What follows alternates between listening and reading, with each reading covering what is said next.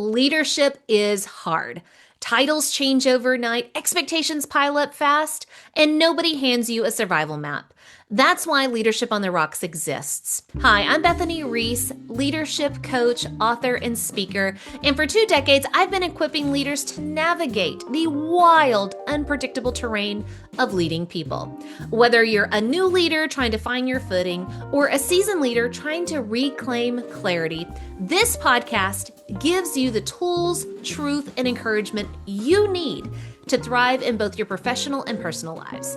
Each week, I sit down with leaders who have weathered storms, climbed mountains, and learned what it takes to lead without losing yourself in the process.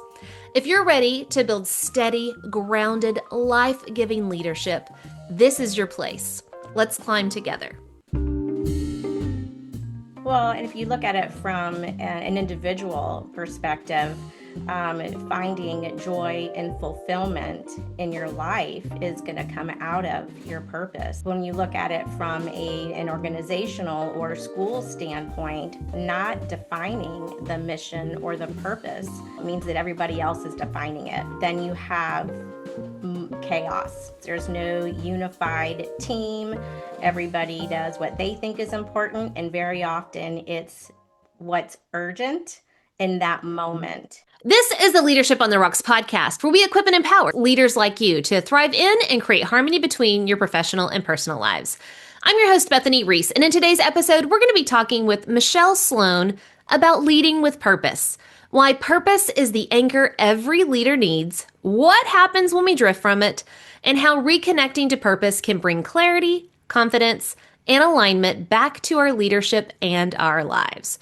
Michelle Sloan is an educational consultant and principal coach with over 25 years in education as an elementary educator and principal. As founder of Sloan Leadership Solutions, Michelle works with school leaders across public, private, and charter schools internationally. She provides coaching and mentorship to new principals, helping them succeed from day one. She also partners with existing schools to develop strategic plans, realign mission and vision, and get back on track towards excellence.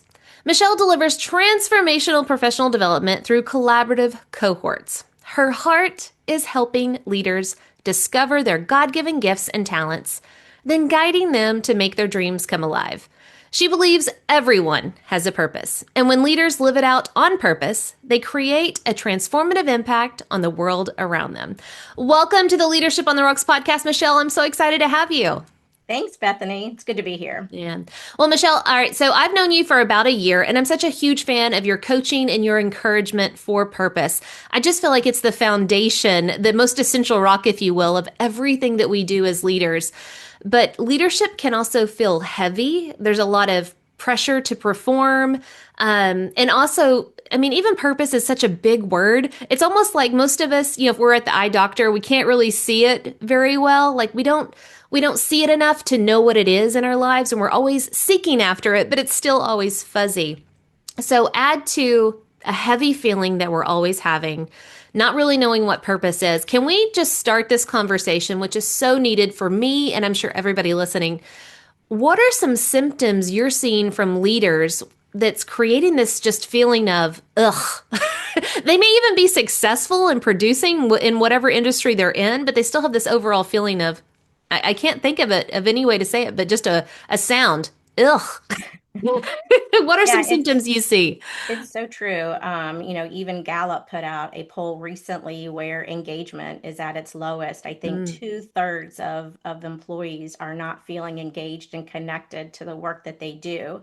There's a leadership crisis where leaders are feeling like they are disconnected from the true mission of the organization that they work for. And I think we need to know who we are and whose we are. We need to understand that we all have a gift. We all have talents that have been given to us. I think I have a friend that calls it an unfair advantage. It's something that is unique to you as an individual, that comes natural to you. It's easy, and everyone else, it's a little more challenging, a little more difficult. They have to work harder to do that very same thing. So that's why it's an unfair advantage. That's another word for purpose. There is, gifts, talents, purpose that you have been given. And so often we don't take the time to recognize what that is.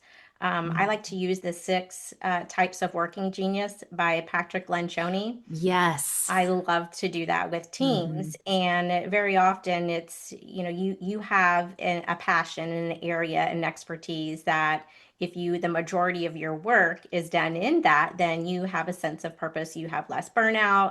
If employees are Hmm. working from their genius, there's less turnover. But then there's also a level of frustration on the other end.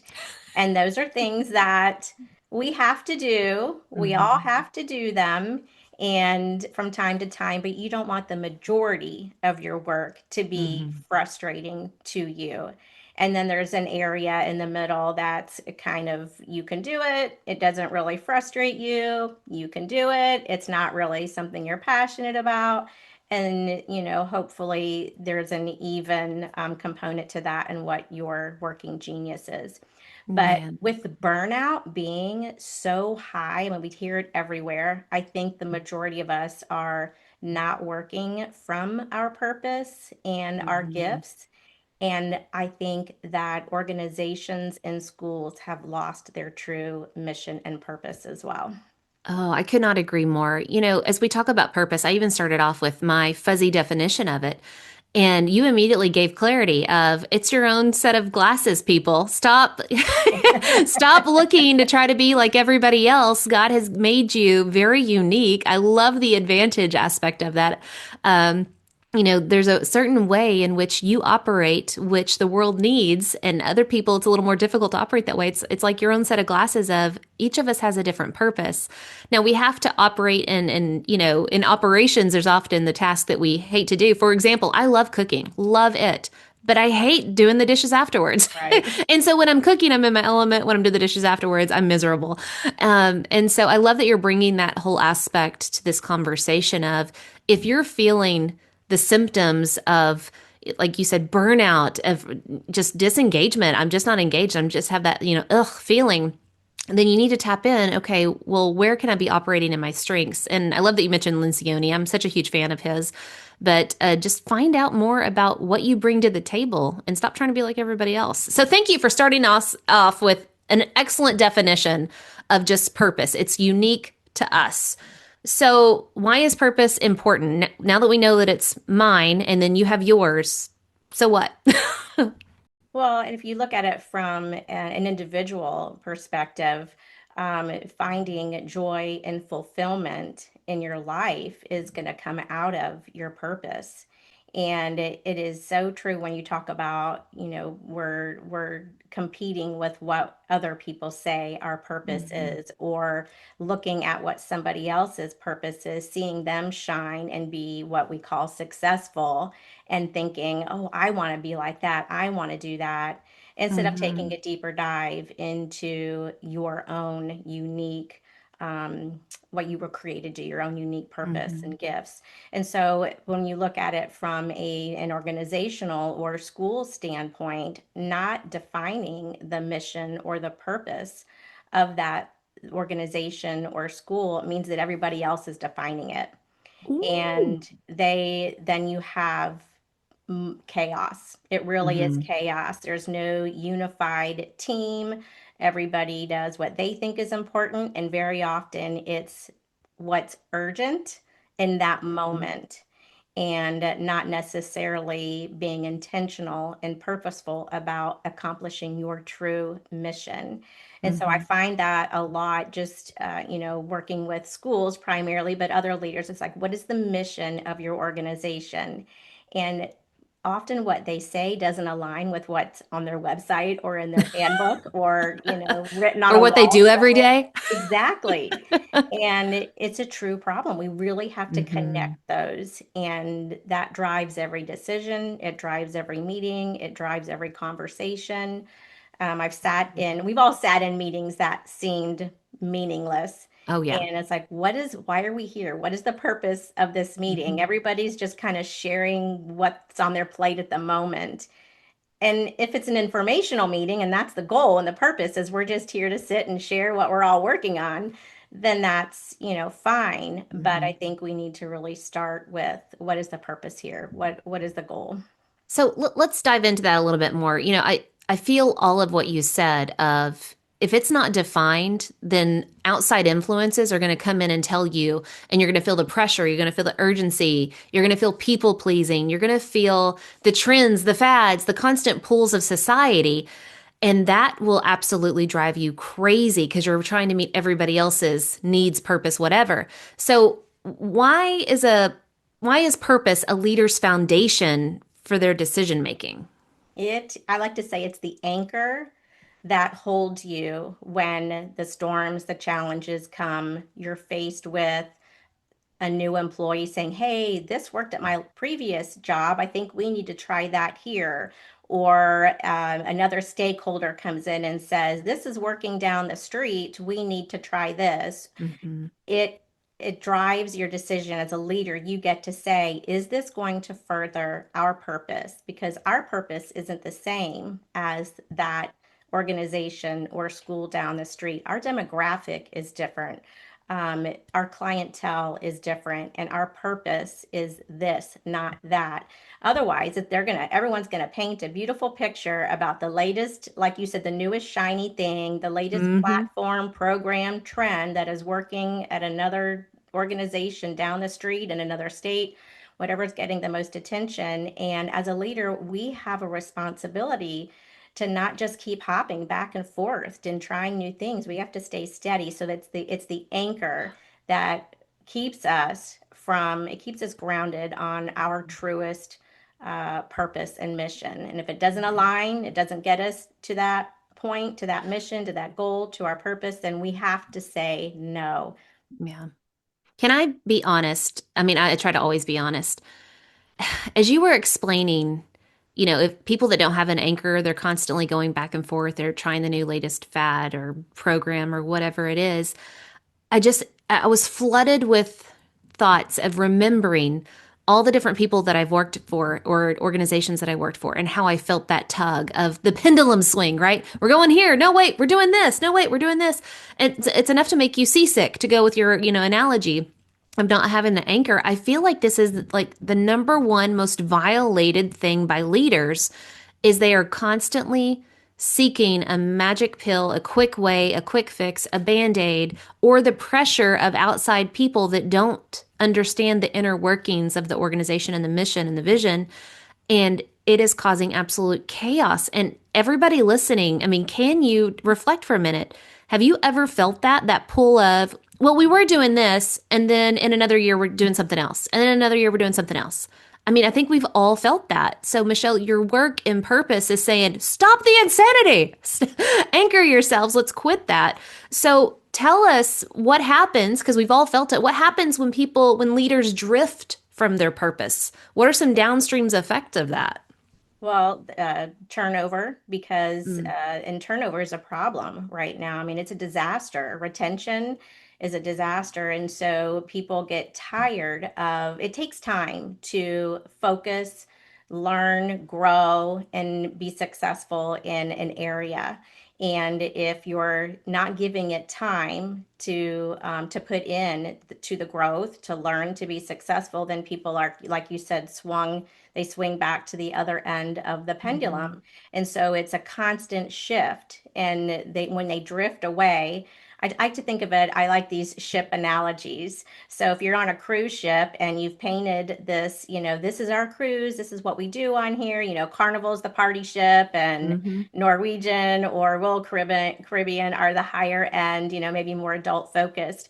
And so if people are getting into your organization thinking you're one thing, and then you're painting a picture of a destination of those blue, clear waters of where you're going, but you get off course.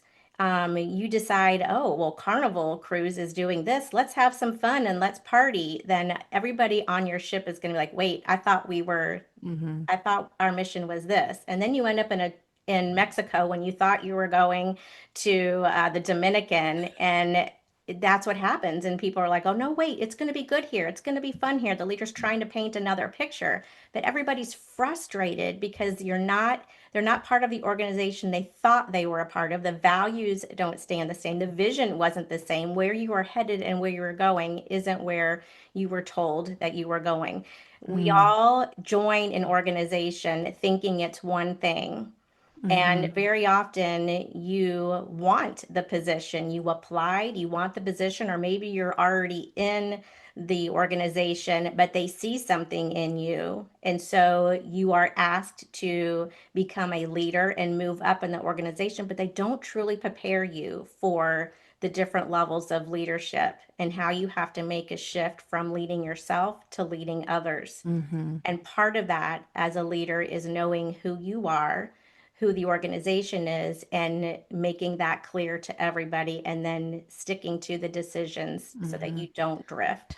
I feel like you've given leaders the permission slip of half of purpose is once you understand the organization's mission and what you bring to the table, so much of it is saying no to all of the Yeah, competing demands. And I feel absolutely. like you've just given us that permission slip to say, you're the leader. You need to recognize all of the competing demands because people want to come in and rob you of your time, attention, and talent, and get you off course, right? End up in Mexico when you're supposed to go to the Dominican Republic or wherever. And your job as the leader is to have that backbone to say, that's not where we're headed.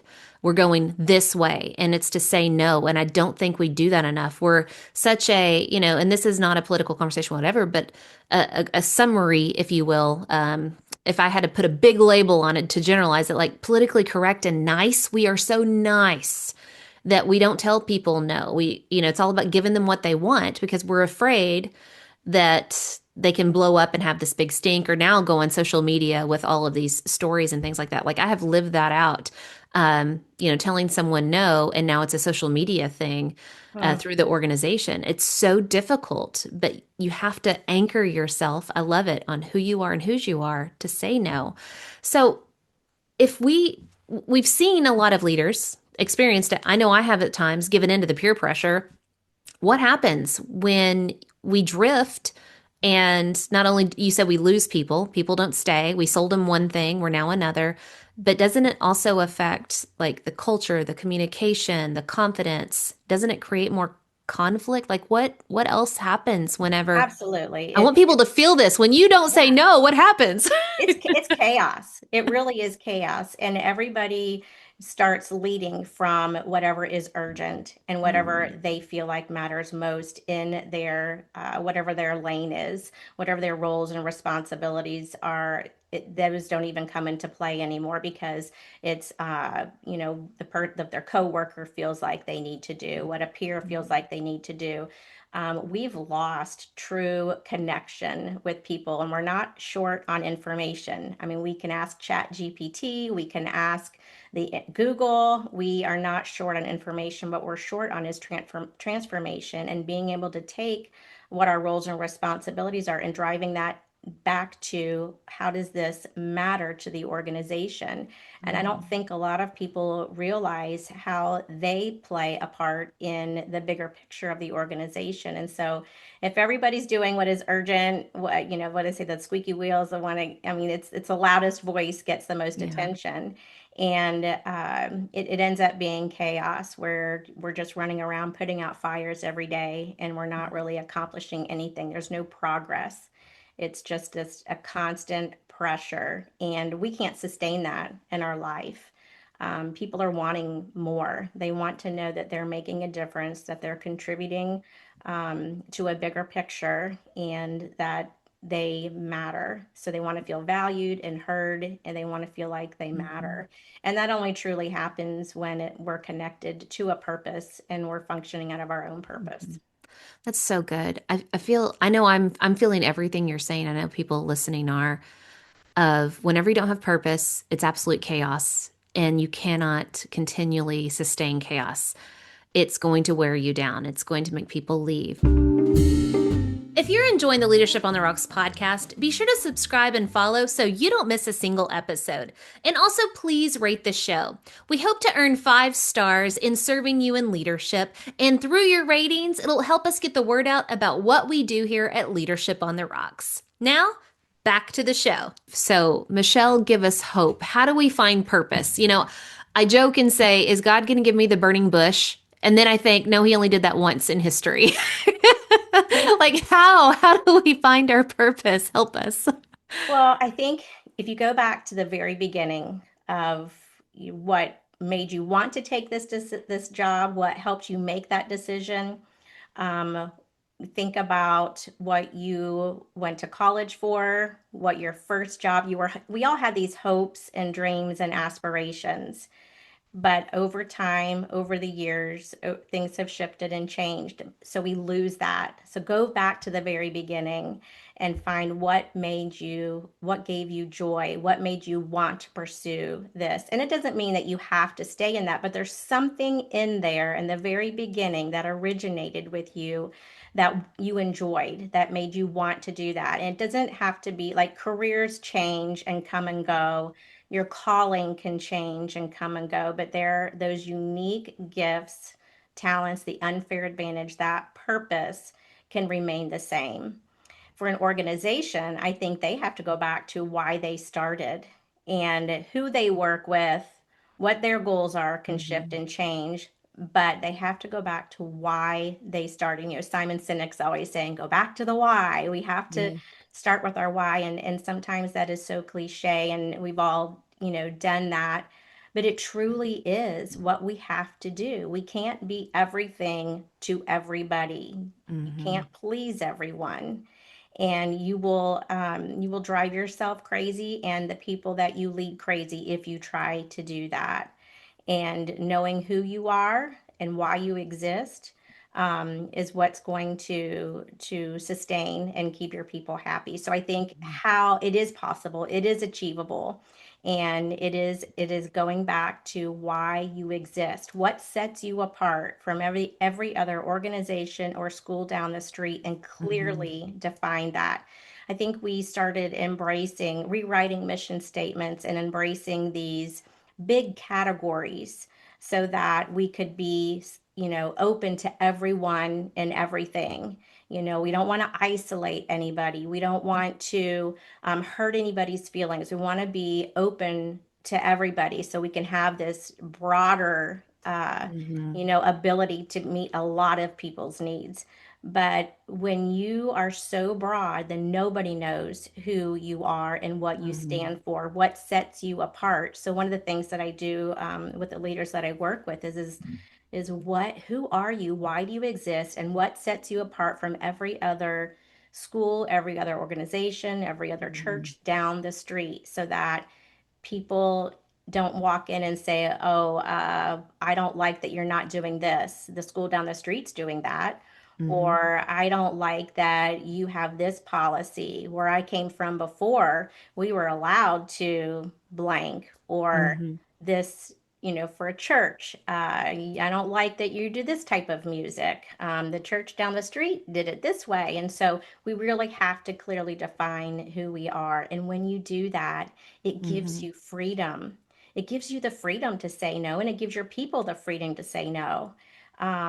They're clear on where you're going and where you're headed, and that brings clarity, and clarity is kindness. So I think it sounds so simple, and honestly it is, but there's an accountability point that we all have to hold each other accountable to, Mhm. whether having our meetings, our conversations, your events, everything that you do is, okay, is this going to drive us closer Yes. to our mission? And if it's not, then yeah, it sounds like a lot of fun and it sounds like a great thing to do, Mhm. but it's not really going to benefit our mission and who we Man. are. Absolutely. It reminds me of Craig Groeschel, who's also a leadership in the leadership space and also a pastor, but he says who before do. You Mm, have to know who you are. And I love it. I feel like not only is it a foundation, but it's like that sifter that everything goes through. If it is not a part of who we are and what we do, then the answer is no. And it really helps you sift the good from the best of, mm. your time and what you're working towards. And I just think it's such an important thing. And I love that you are bringing that level of work to leaders because we can stay so execution focused. Give me the plan, give me the 10-step program, give me the technology, give me the tool. But if we don't internally understand, why that tool is needed and how to use it, then the tool is ineffective and it always will be. So you're doing that deep level work of everything that's in the head of how we show up and how we define who we are and how we work. And without that, I mean, everything else, nothing's going to work. You are going to drift. Going back to your ship analogy, if you don't have that anchor, you're going to drift. So thank you for doing that work. Are people receptive to it? Are organizations receptive, or do they see it as fluffy stuff? Even though you and I, and probably most people listening, because they're here listening, know that if you don't have that, you're going to get off course bad. But are people receptive to this? They are, and usually they come and ask, "Can you help me do this one thing? Can you help me raise reading scores? Can you help me establish a strong culture? Can you help me with team building? Can you help me?"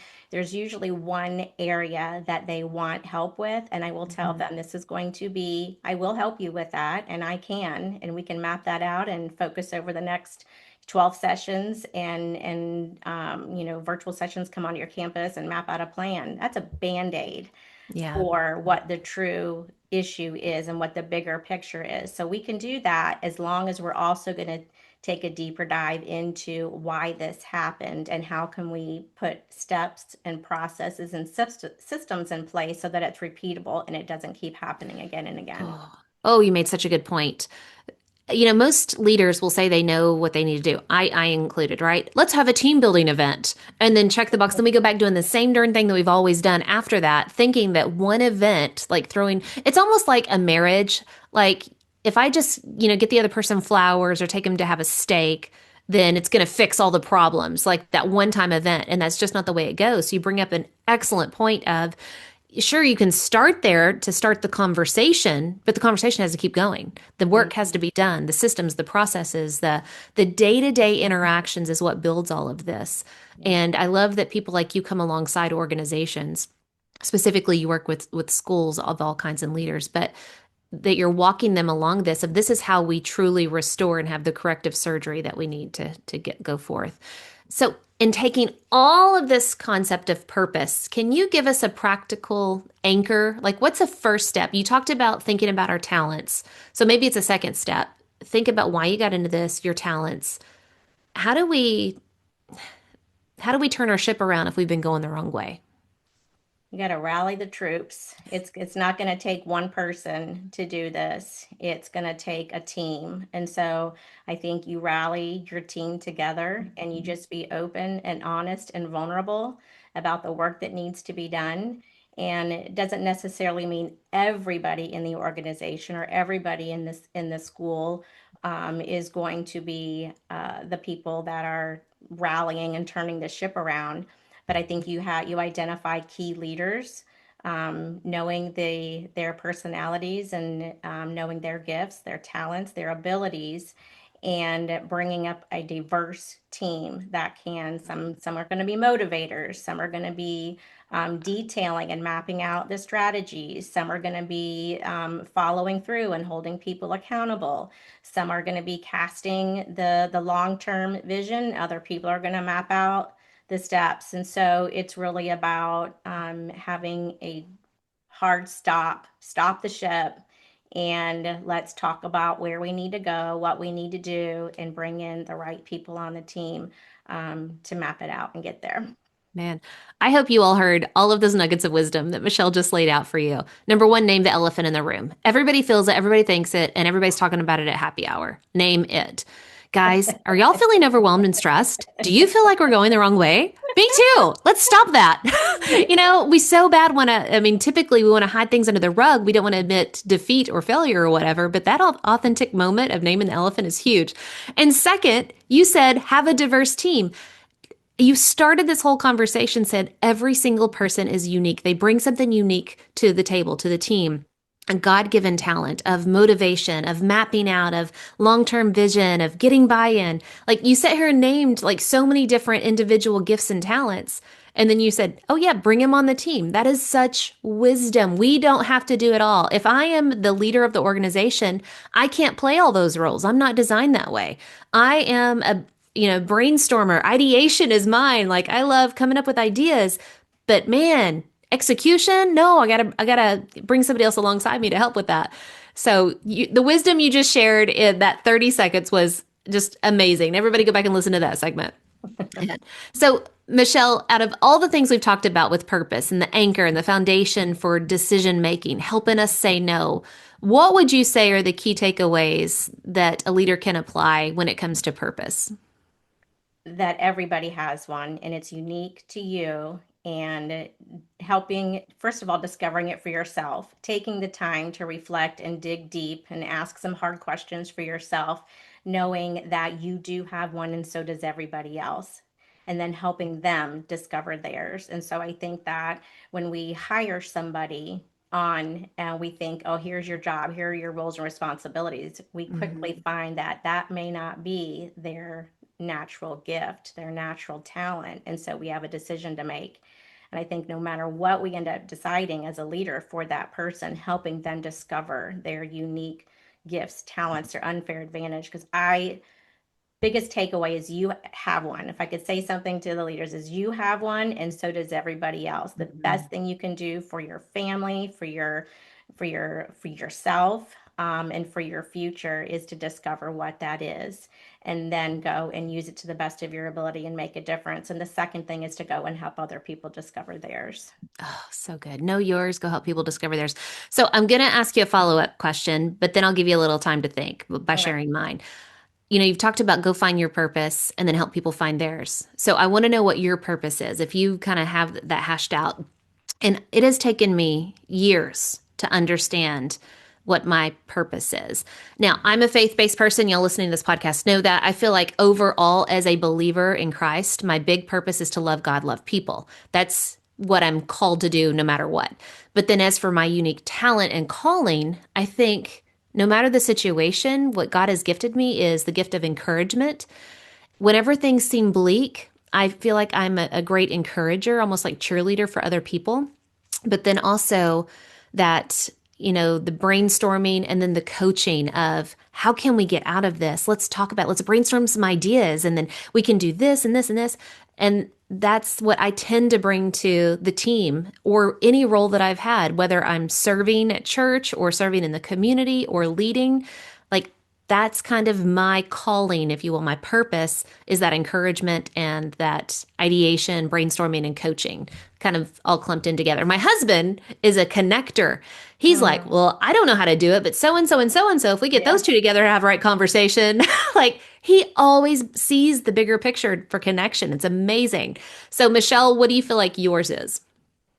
Well, I'm like you, I'm a person of faith. And so love God, love others, serve God, serve others. And so those are, Mhm. loving and serving are the two things that the foundation. But as far as the unfair advantage and unique, it's taking me years to figure Mhm. out what that is. And I'm an organizer and I love systems, I love processes, and I love rallying people together and motivating them to get there. Like I love having fun. I love speaking words of encouragement. And so I need help along the way to say, let's what am I forgetting? What are the details that I'm forgetting Mhm. here? And how is that going to impact this team? And how is it going to impact that team? Because I can get so focused on rallying everybody together to get to this big, beautiful destination that I forget how that shift may impact others. And so, yeah, that's probably they call it the galvanizing, and then the tenacity is the other one. So I can ride through the storm, and stick it out, but I'm going to need a lot of help to get there.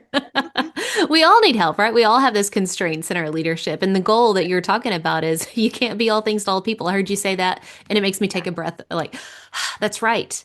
I Yeah. can only be who God made me to be. So such good work. And so now we've talked about the ways that we can find our purpose. We've revealed where God has us with our purpose and calling. So let's go the opposite. What is one poor decision leaders should not do? Like, leaders, don't do this one thing. Come on, you're better than that. What is one thing we should not do? Listen to what everybody else is telling you is urgent and important. Oh, please say that again. We need to hear that again. Listen to what everybody else is telling you is urgent and important. Mhm.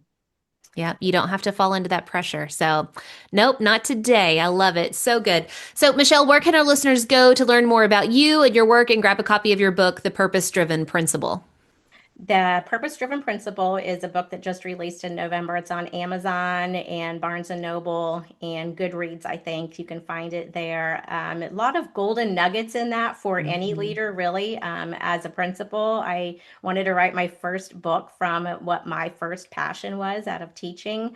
But Sloan Leadership Solutions is the organization that I work with, that I CEO of, and that's what I use to go in and help with people. So you can find me on social media, LinkedIn, and Sloan Leadership Solutions website. Awesome. And I'll have links to all of those in the show notes. Michelle, thank you so much for being here and just helping us anchor away from all the crazy chaos that we're living in every day and giving us that permission slip to say, what has God called you to? Do that and say no to everything else. So thank you for that permission slip and thank you for sharing your wisdom. Thank you for having me. I enjoyed it. All right. Guys, until next time, continue putting in the work of building your life and leadership on the rocks, the essential rocks. God bless.